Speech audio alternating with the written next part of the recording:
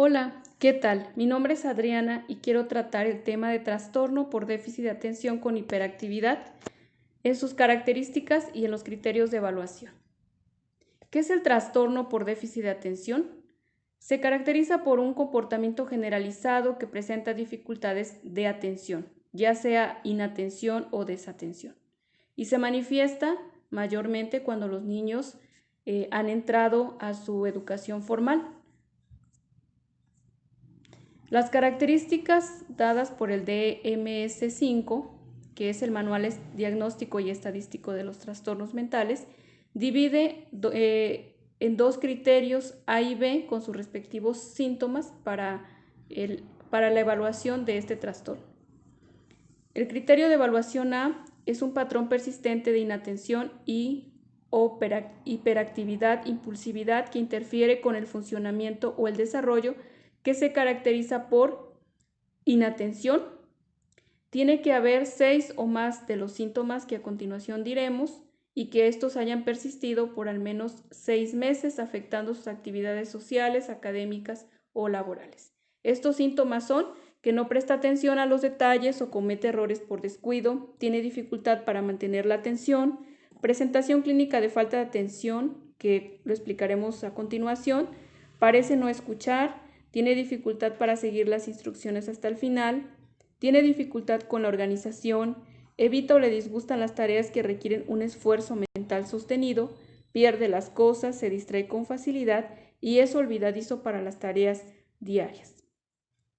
Los ejemplos de la presentación clínica de inatento son los siguientes. Con frecuencia tiene dificultades para organizar tareas y actividades. Pertenencias en orden, descuido, desorganización en el trabajo, mala gestión del tiempo y no cumple con los plazos. Otro ejemplo es que con frecuencia pierde cosas necesarias para tareas o actividades, sus materiales, las llaves, la billetera, etc. Con frecuencia olvida las actividades cotidianas, ejemplo, hacer las tareas, en adolescentes, en personas adultas, devolver las llamadas, pagar las facturas o acudir a las citas.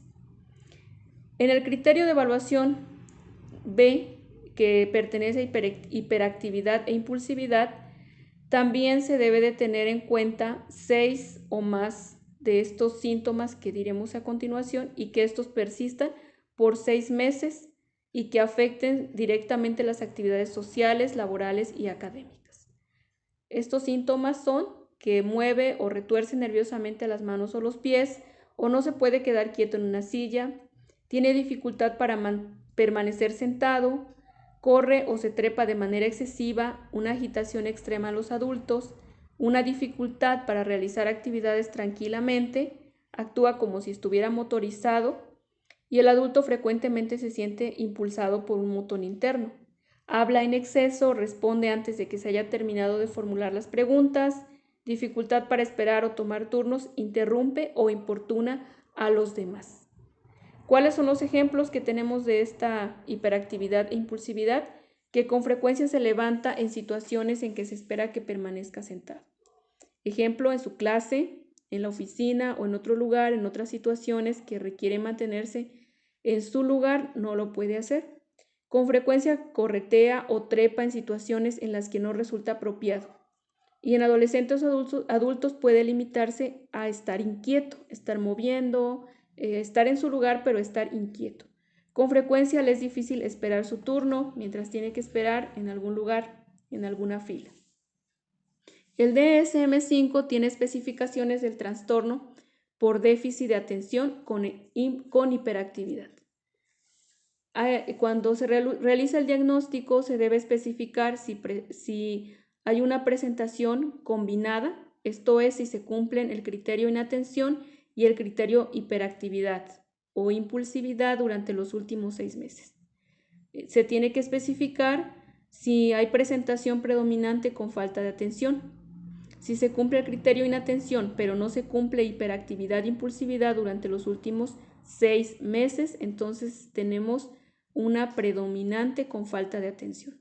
La presentación predominante hiperactiva e impulsiva, si se cumple el criterio hiperactividad e impulsividad y no inatención durante los últimos 6 meses. Y especificar si la gravedad actual es leve, moderada o grave, o si está en remisión parcial, cuando previamente se cumplían todos los criterios. No todos los criterios se han cumplido durante los últimos 6 meses y los síntomas siguen deteriorando el funcionamiento social, laboral y académico.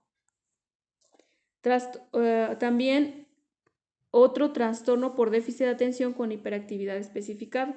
El clínico, el que está evaluando, va a optar por comunicar el motivo específico por el que la presentación no cumple los criterios.